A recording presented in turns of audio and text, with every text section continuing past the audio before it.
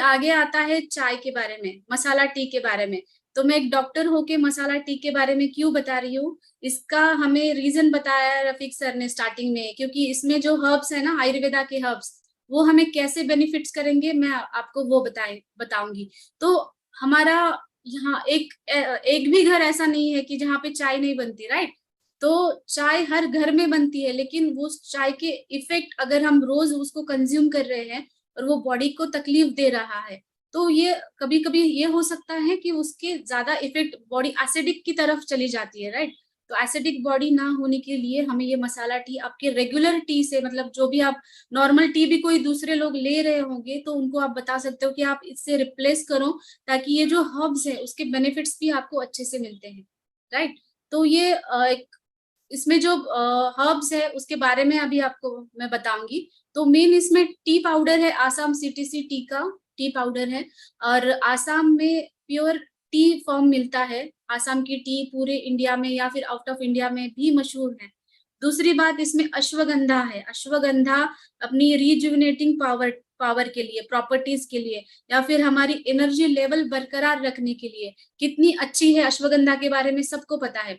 Cardamom है इसमें, इलायची है, इसकी वजह से एक तो ये पित्त नहीं बढ़ाती। कभी-कभी होता है ना लोगों में, चाय पीते हैं तो उनका पित्त दोष, एसिडिटी बढ़ जाती है, हाइपर एसिडिटी हो जाती है।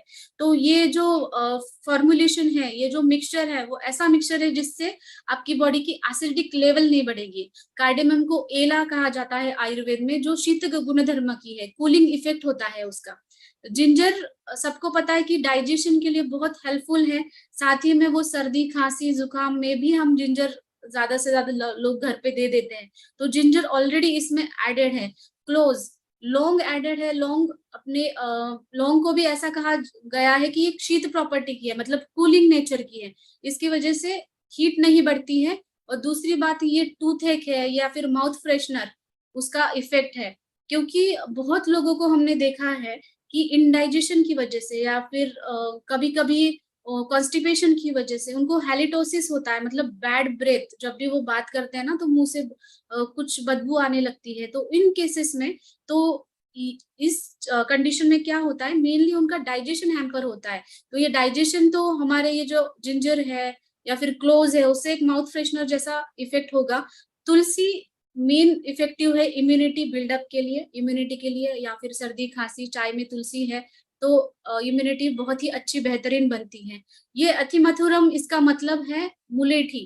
मुलेठी भी एक कूलेंट इफेक्ट करती है। मुलेठी का इफेक्ट क्या है, जिन लोगों को ज्यादा बात करने का प्रोफेशन है उनका, लाइक टीचर है, या जिनको ज्यादा बोलना पड़ता है दिन भर काम की जगह पे, तो वहां पे उनके थ्रोट में एक सूदिंग इफेक्ट देता है, और वॉइस भी वो अच्छा सा डेवलप करता है।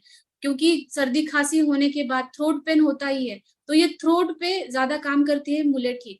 तो ये एक अच्छा सा मिक्सचर है हमारे टी में। सिनेमम के बारे में स्पेशली मैं बताऊंगी। सिनेमम का मैं यूज करती हूँ मेरी प्रैक्टिस में, मेरी क्लिनिक में। जिन पेशेंट्स का जैसे कि डिसलिपिडीमिया है, लाइक लिपिड्स लेवल, उनके लिपिड प्रोफाइल टेस्ट जो होता है ना, अगर उनका लिपिड प्रोफाइल टेस्ट डिसअरेंज्ड है, जैसे कि एलडीएल उनका कम है या फिर कोलेस्ट्रॉल लेवल ज्यादा है, तो ये हार्ट केयर में बहुत ही अच्छा बताई गई है सिनेमम। और ये ब्लड शुगर लेवल भी बहुत अच्छे से मेंटेन करती है। तो इस टी के पैकेट में जो आप रोज कंज्यूम करने वाले हो, उससे आपको इतने सारे बेनिफिट्स मिल रहे हैं, तो जाहिर सी बात है आप उसको डेली कंज्यूम करना है। तो इसका करने का तरीका कैसा है कि 1 टीस्पून आपको एक बॉइलिंग वाटर और बॉइलिंग मिल्क में ऐड करना है। उसको आप ढक के 3-4 मिनट रख दीजिए और उसको फिर फ़िल्टर करके ले सकते हैं। इसका प्राइसिंग डीपी, पीवी और